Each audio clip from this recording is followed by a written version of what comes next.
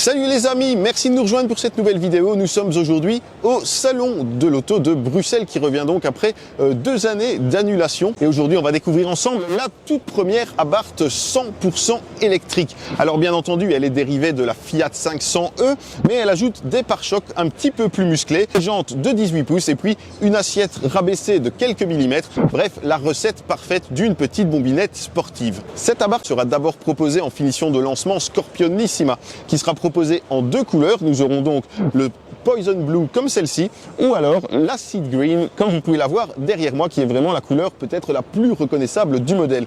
Cette série spéciale sera proposée en 1949 exemplaires. Pourquoi 1949? Eh bien tout simplement parce que ça correspond à l'année de création d'Abarth. Cette Abarth soigne également ses détails. Le Scorpion a été entièrement redessiné, il est plus stylisé qu'avant et reprend la teinte Acid Green qui semble appeler à devenir la teinte caractéristique des Abarth électriques.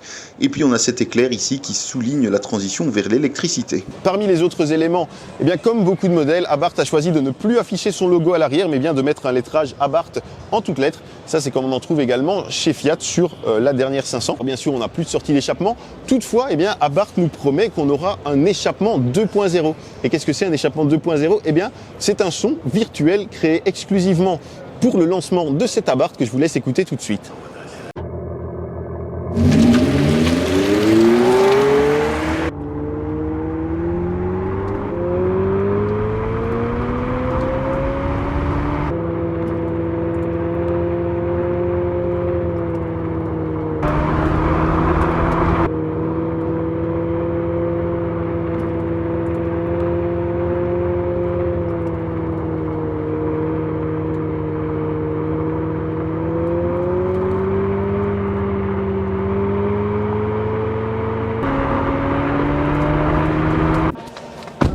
L'habitacle n'est pas fondamentalement différent de celui d'une 500e, vous vous en doutez. Par contre, Abarth a surtout joué sur les habillages, puisqu'on a ce volant qui est habillé d'Alcantara. Alors c'est un volant à méplat, mais par contre le méplat n'est pas une particularité, puisqu'on l'avait déjà également sur la Fiat 500.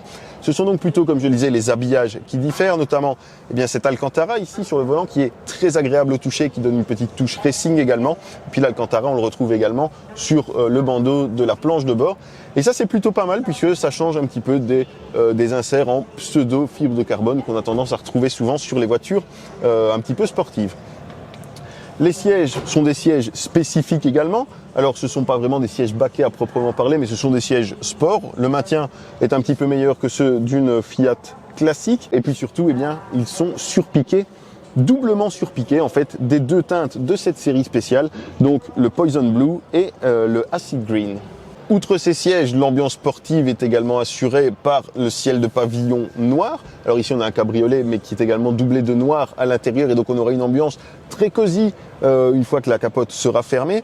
Et puis le logo Abarth est absolument omniprésent puisqu'on le retrouve notamment ici embroché dans les appuis-têtes. Alors il est en transparence comme ça dans le tissu, dans l'Alcantara du siège. C'est très joli.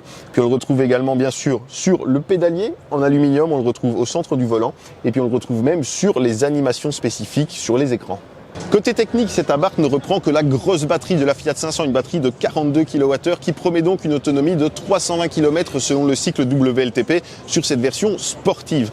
Sous le capot, on a également un moteur plus puissant bien entendu, 154 chevaux, 235 Nm et ça c'est à comparer aux 118 chevaux de la Fiat 500 classique. Toutefois, en termes de performance pure, eh bien, cette version électrique sera un petit peu moins performante que ses homologues à essence puisque on est à 7 secondes pour le 0 à 100, c'est une grosse seconde de plus que les 695 les plus puissantes. Et puis en termes de vitesse de pointe, celle-ci sera limitée électroniquement à 155 km/h seulement, quand les versions thermiques peuvent aller jusqu'à 225 km/h. Toutefois, Abarth annonce qu'elle est plus rapide au temps autour sur le circuit d'essai de Baloco, puisqu'elle met 1 seconde entière sur un tour de circuit à l'Abarth essence la plus puissante. Et pour profiter de toute la puissance, il faudra sélectionner le bon mode de conduite, puisque celle-ci en propose 3. On a Turismo, donc qui est le mode le plus classique pour la ville, où on ne développe pas toute la puissance du moteur. On a le Scorpion Street, qui est donc là une version pour disposer de toute la puissance, avec également la régénération à son maximum, donc pour des relais très courts, pour des accélérations des freinages, pour une conduite sur la route. Et puis on a le Scorpion Track, qui lui permet de tirer le meilleur parti de toute la voiture sur des distances beaucoup plus longues. Et donc ça, ce sera plutôt à réserver pour des essais sur circuit, par exemple.